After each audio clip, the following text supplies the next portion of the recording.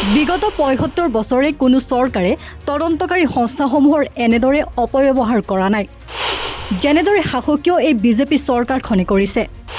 বিৰোধী নেতাক ভয় দেখুৱাই দল পৰিৱৰ্তন কৰিবলৈ বাধ্য কৰোৱা হয়। দলত্যাগ বিৰোধী আইনক লৈ বিস্ফোৰক মন্তব্যৰ কংগ্ৰেছ সাংসদ অভিষেক মনু সিংভিৰ। গণতন্ত্ৰৰ ৰক্ষাৰ স্বাৰ্থত ১০ম অনুসূচী সম্পূৰ্ণ সংস্কাৰৰ আহ্বান। দেশৰ ৰাজনীতিত এতিয়া তীব্ৰ আলোচনাৰ কেন্দ্ৰবিন্দু হৈ পৰিছে ভাৰতীয় সংবিধানৰ ১০ম অনুসূচী অৰ্থাৎ দলত্যাগ বিৰোধী আইন। বিশেষকৈ পশ্চিমবংগত ২০২৬ৰ বিধানসভা নিৰ্বাচনত বিজেপিৰ বৃহৎ জয়ৰ পাছত তৃণমূলৰ ভিতৰচোৱাত সৃষ্টি হোৱা ভাঙোন প্ৰায় অৱস্থা। বিশেষকৈ শেহতীয়াকৈ ছায়ানী ঘোষে দলটো ত্যাগ কৰাৰ পাছত কংগ্ৰেছৰ জ্যেষ্ঠ নেতা তথা ৰাজ্যসভাৰ সাংসদ অভিষেক মনু সিংভিয়ে এক বিস্ফোৰক মন্তব্য আগবঢ়াইছে। শনিবাৰে দিয়া এক বিস্ফোৰক মন্তব্যত সিংভিয়ে কয় যে বৰ্তমানৰ দলত্যাগ বিৰোধী আইনখন নিজৰ উদ্দেশ্য পূৰণ কৰাত ব্যৰ্থ হৈছে আৰু এই আইন এতিয়া গণতান্ত্ৰিক নৈতিকতাৰ সুৰক্ষাৰ সলনি ৰাজনৈতিক সুবিধাবাদৰ এক মাধ্যমত পৰিণত হৈছে।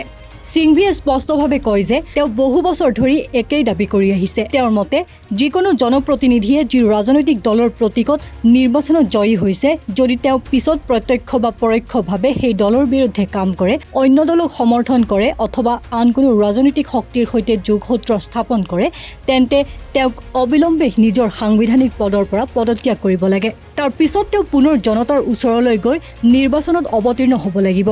সিংভিৰ মতে জনগণে যি আদৰ্শ আৰু প্ৰতীকৰ ওপৰত বিশ্বাস কৰি নাগৰিকে ভোট দিয়ে, সেই বিশ্বাস ভংগ কৰি কোনো নেতাই পদত বহি থাকিব নালাগে। এই বক্তব্যৰ সময়ত সিংভিয়ে বৰ্তমান আইনখনৰ এটা অতি বিতৰ্কিত দিশৰ ওপৰত তীব্ৰ আপত্তি তোলে। আইনখনৰ বৰ্তমান ব্যাখ্যা অনুসৰি যদি কোনো বিধানসভা বা সংসদীয় দলৰ ২/৩ সদস্য একেলগে দলত্যাগ কৰে, তেন্তে তেওঁলোকক অযোগ্য ঘোষণা কৰা নহয়। সিংভিয়ে এই ধাৰণাক হাস্যকৰ বুলি অভিহিত কৰে। তেওঁৰ মতে এই বিধানৰ সুযোগ লৈ বহু নেতা সংগঠিতভাৱে দল ভাঙে, নতুন ৰাজনৈতিক শিবিৰত যোগদান কৰে, কিন্তু নিজৰ বিধায়ক বা সাংসদ পদ অক্ষুণ্ণ ৰাখে। ইয়াৰ ফলত গণতন্ত্ৰত নৈতিকতা আৰু ভোটাৰৰ বিশ্বাস দুয়োটাই আঘাতপ্ৰাপ্ত হয়।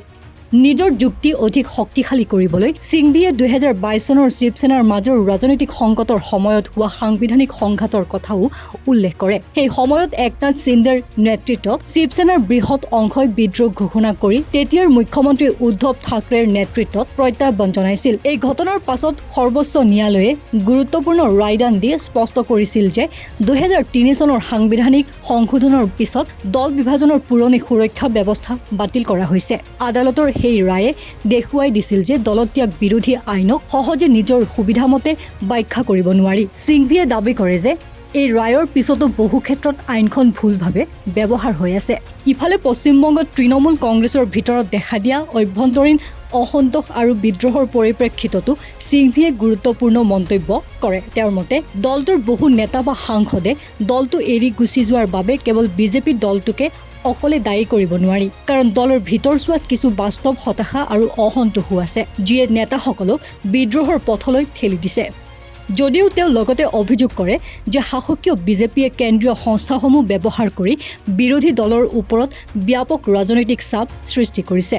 সিংভিৰ মতে ভাৰতৰ স্বাধীনতাৰ পিছৰ ৭৫ পৰা ৮০ বছৰৰ ইতিহাসত কেতিয়াও কোনো চৰকাৰে, লাগিলে সেয়া কংগ্ৰেছেই হওক বা আন কোনো বিৰোধী শক্তি, কিন্তু বিজেপি চৰকাৰৰ দৰে তদন্ত সংস্থাসমূহক নিজৰ ৰাজনৈতিক উদ্দেশ্যত ইমান বৃহৎ পৰিসৰত ব্যৱহাৰ কৰা দেখা যোৱা নাই। তেওঁৰ অভিযোগ, বিভিন্ন তদন্ত সংস্থাৰ ভয় দেখুৱাই বহু বিৰোধী নেতাক ৰাজনৈতিক সিদ্ধান্ত সলনি কৰিবলৈ বাধ্য কৰা হৈছে, যাৰ ফলত দলীয় ভাঙোন বৃদ্ধি পাইছে। শেষত সিংভিয়ে দলত্যাগ কৰা নেতাসকলক ৩টা ভাগত বিভক্ত কৰি নিজৰ নৈতিক মূল্যায়ন আগবঢ়ায়। প্ৰথম শ্ৰেণীত আছে সেইসকল নেতা যিসকলে দল এৰি যোৱাৰ লগে লগে নিজৰ সাংবিধানিক পদ ত্যাগ কৰি নৈতিক দায়িত্ব স্বীকাৰ কৰে।